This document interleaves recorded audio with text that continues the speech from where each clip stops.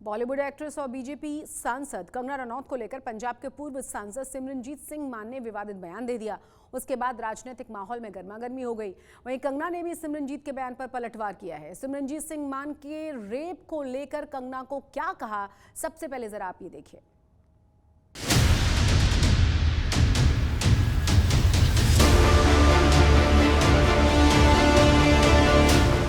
Bollywood actress और मंडी से BJP की सांसद कंगना रनौत को लेकर खालिस्तान समर्थक और पंजाब के पूर्व लोकसभा सांसद सिमरनजीत सिंह मान ने विवादित टिप्पणी की है। सिमरनजीत सिंह मान ने यह टिप्पणी कंगना के उस विवादित बयान को लेकर दी जो उन्होंने किसानों को लेकर कही थी। जो बांग्लादेश में हुआ है ना, वो यहाँ होते हुए भी देर नहीं लगनी थी। अगर हमारे इतने शीर्ष नेतृत्व जो हमारे इतने सशक्त नहीं होते, यहाँ पे जब फार्मर्स प्रोटेस्ट हुए, वहाँ पे लाशें लटकी थी, वहाँ पे रेप हो रहे थे, और जब वो किसानों के हितकारी बिल जो वापस लिए गए थे तो पूरा देश जो है वो चौंक गया था। और वो किसान आज भी वहाँ बैठे हुए, उन्होंने कभी सोचा ही नहीं ये बिल वापस होगा। वो बड़ी लंबी प्लानिंग थी जैसे बांग्लादेश में हुई है। तो इस तरह के षड्यंत्र, और आपको क्या लगता है किसानों, चाइना, अमेरिका, इस तरह की जो विदेशी जो शक्तियां हैं वो यहाँ काम कर रही हैं।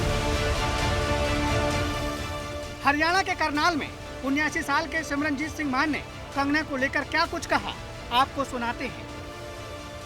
कंगना रनौत जो सांसद हैं, उनका बयान आया, किसान आंदोलन में रेप और मर्डर हुए। अगर बीजेपी की सरकार ना होती तो पंजाब का वो हाल होता है।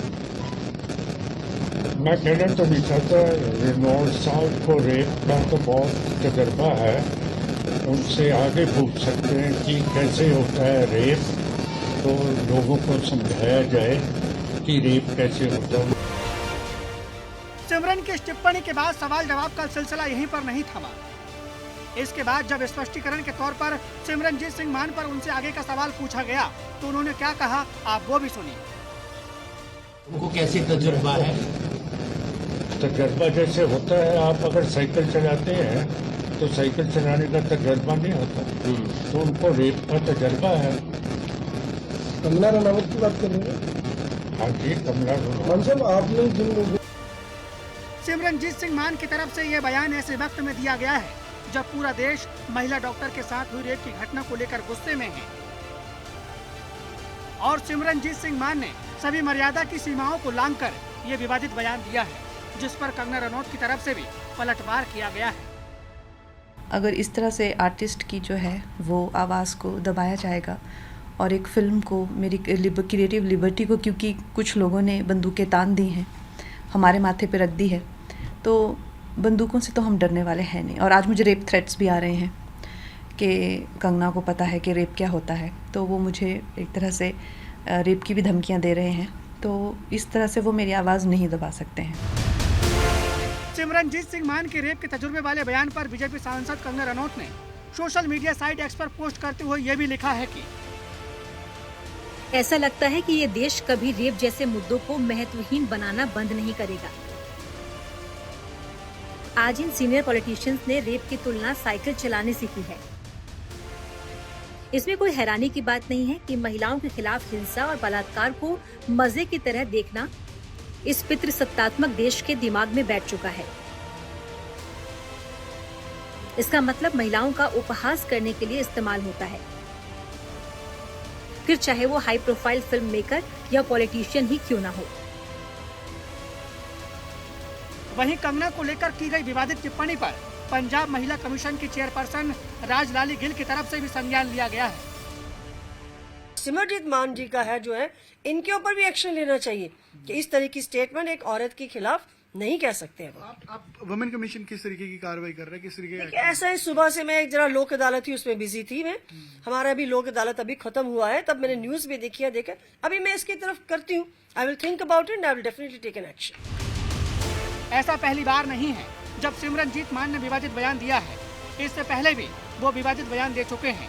2 साल पहले करनाल में उन्होंने शहीद भगत सिंह को आतंकवादी कहा था, जिस पर काफी सियासी बवाल मचा था। मोहाली से अमन भारद्वाज और करनाल से कमलदीप के साथ आज तक ब्यूरो।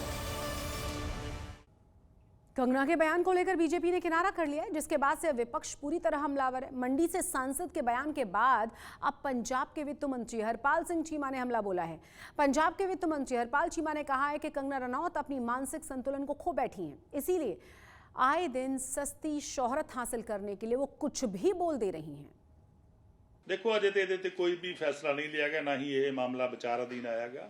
कैबिनेट के अंदर कोई इस तरह की गलबात नहीं हुई, पर लेकिन मैं समझदा बीजेपी ਨੂੰ ਚਾਹੀਦਾ, बीजेपी के प्रधान जी ਨੂੰ ਚਾਹੀਦਾ कि कंगना रनौत जी ਨੂੰ किसी अच्छे हॉस्पिटल के अंदर दाखिल करा के उसका दिमागी इलाज करवाया जाए, क्योंकि वो थोड़ी मैनू लगता कि सस्ती शोहरत हासिल करने के लिए इस तरह के बेतुके बयान कदे किसी कम्यूनिटी के खिलाफ, कदे किसी वर्ग के खिलाफ, कदे किसी सैक्शन के खिलाफ दिंदी रहती है। सो उन्होंने भी गरेज करना चाहिए, पर लेकिन मैं समझदा कितना कितने दिमागी तवाजन जिहड़ा खराब हो चुके हैं। वैसे तो चाहिए कि पार्लीमेंट के अंदरों मैंबर पार्लीमेंट ने कि स्पीकर साहब को चाहिए कि उन्होंने तुरंत इलाज कराया जाए।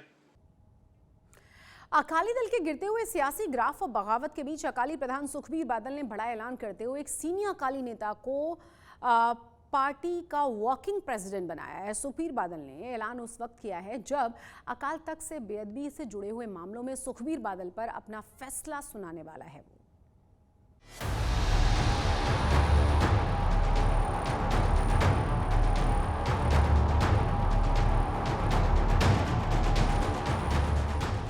30 अगस्त से पहले सुखबीर बादल का बड़ा फैसला, सीनियर अकाली नेता को सौंपी बड़ी जिम्मेदारी। क्या प्रधान पद छोड़ने वाले हैं सुखबीर बादल? सुखबीर बादल पर कल अमृतसर में अहम बैठक, बेअदबी मामले में अकाल तख्त सुनाएगा फैसला। श्री अकाल तख्त के सिंह साहिबानों की 30 अगस्त यानी कल होने वाली बैठक से पहले शिरोमणि अकाली दल के प्रधान सुखबीर बादल ने बड़ा फैसला लिया है। सुखबीर बादल ने तत्कालीन अकाली सरकार में मंत्री रह चुके और अकाली दल के सीनियर लीडर बलविंदर सिंह भूड़ंत को अकाली दल का कार्यकारी अध्यक्ष नियुक्त किया गया। सुखबीर बादल के प्रधान रहते हुए ऐसा पहली बार है जब कार्यकारी अध्यक्ष की नियुक्ति की गई है। अकाली दल के सीनियर लीडर दलजीत चीमा ने पोस्ट कर सुखबीर बादल के इस फैसले की जानकारी दी।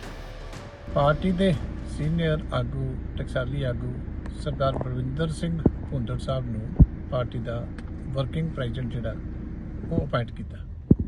कल क्योंकि सुनवाई है, उन्हां दे मन की इच्छा सी कि कल सुनवाई होनी है, तो मेरे दिल की इच्छा है कि पार्टी की जिम्मेवारी जिहड़ी प्रधान दी है ये कोई होर संभाले। इस करके उन्हां दे अपने मन की इच्छा सी कि मेरा दिल कहता है कि कल सुनवाई होनी है, तो मैं बतौर प्रधान की बजाय निमाणे सिख के तौर पर इंतजार जिहड़ी है वो करनी चाहिए। सुखबीर बादल ने फैसला ऐसे समय में लिया है जब राम रहीम और बेअदबी से जुड़े मामलों को लेकर श्री अकाल तख्त साहिब के सिंह साहिबानों के द्वारा फैसला सुनाया जाना है। वहीं अकाली दल का बागी खेमा, जिसमें कई सीनियर टकसाली और पंथक नेता हैं, पहले से ही सुखबीर बादल को प्रधान पद से हटाने की मांग कर रहे हैं। इस करके पार्टी प्रधान साहब सुखबीर सिंह बादल साहब नूं जिन्हां ते इल्जाम है कि बार-बार श्री अकाल तख्त साहब के हुक्मनामिਆਂ ਦੀ ਉਲੰਘਣਾ ਕੀਤੀ है, उन्हां नूं तुरंत अस्तीफा देना चाहिए। और क्योंकि केस श्री अकाल तख्त साहब ते पहुंच चुका है, तो श्रोमणी अकाली दल ते उन्हां दे प्रधान जिहड़े आ वो SGPC दे ते खास करके श्री अकाल तख्त साहब दे सहयोग लई प्रोटैक्शन लई बने सी। ते जे श्रोमणी अकाली दल दा प्रधान ही हुक्मनामिਆਂ ਦੀ उलंघਣਾ करूगा तो मेरा ख्याल है कि उन्हां नूं प्रधान रहण दा कोई हक नहीं है। वैसे भी पार्टी जिहड़ी है वो बिल्कुल जीरो तो लियान खड़ी कीती है। अज डॉक्टर सुखी चले गए है, कल डिंपी दा चले जाना, अज कोई उम्मीदवार बन ली गिद्दड़बाह तो तैयार नहीं जिहड़ा कि अपना जद्दी हल्का सी। वहीं कांग्रेस अकाली दल में हो रहे इस फेरबदल को 30 अगस्त को होने वाली बैठक से पहले सुखबीर बादल के द्वारा हड़बड़ाहट में लिया गया फैसला बता रही है कि सुखबीर बादल जी घबरा के डर के उन्होंने इस कदम से चुक लिया, क्योंकि कल 5 सिख साहिबाना दी अकाल तख्त साहब के जथेदार की निगरानी हेठ जिहड़ी बैठक हो रही है, उस तो साफ ज़ाहिर हुंदा है कि अगर अकाल तख्त साहब के जथेदार साहब ने कि वो गंभीरता ना विचार कर लिया ते फिर बई राम रहीम नूं माफी दे मामले अंदर ना श्रोमणी कमेटी नूं दोष मुक्त किया जा सकता है, ना उस वक्त के जथेदारां नूं दोष मुक्त दिता जा सकता है, ते ना ही बादल परिवार उत्तों सपेर हो सकता है। बलविंदर सिंह भूड़ंत सुखबीर सिंह बादल के करीबी नेताओं में से एक हैं। सुखबीर सिंह बादल द्वारा ये बड़ा फैसला उस समय लिया गया है जब पार्टी में अंदरूनी कलह काफी बढ़ चुकी है और कई नेता पार्टी छोड़कर दूसरी पार्टियों में शामिल हो रहे हैं। वहीं अब देखना ये होगा कि क्या इस फैसले के बाद अकाली दल के हालात बदलेंगे या नहीं। चंडीगढ़ से अमन भारद्वाज के साथ आज तक ब्यूरो।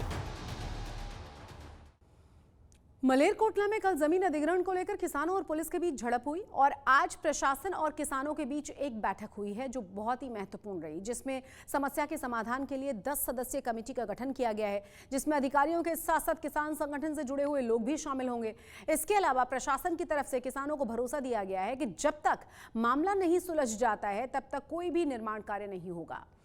इस मीटिंग के बाद प्रदर्शन में शामिल हुए ज्यादातर किसान अब लौट चुके हैं। ये है भी अपना मोर्चा चलूगा ਤੇ ਪ੍ਰਸ਼ਾਸਨ ਜਦੋਂ ਤੱਕ ਇਹ ਕਮੇਟੀ ਦਾ ਨਿਪਟਾਰਾ ਨਹੀਂ ਕਰਦੀ ਉਦੋਂ ਤੱਕ ਜਿਹੜਾ ਮੋਰਚਾ ਚੱਲੂਗਾ। ਜਦ ਨਿਪਟਾਰਾ ਹੋ ਗਿਆ ਗੱਲ ਉਦੋਂ ਬਾਅਦ ਹੀ ਨਿਪਟੂ। ਸਹਿਮਤੀ ਬਣੀ ਹੈ ਸਹਿਮਤੀ ਪੈਸਿਆਂ ਦੀ ਤਾਂ ਸਹਿਮਤੀ ਪਹਿਲਾਂ ਹੀ ਸੀ।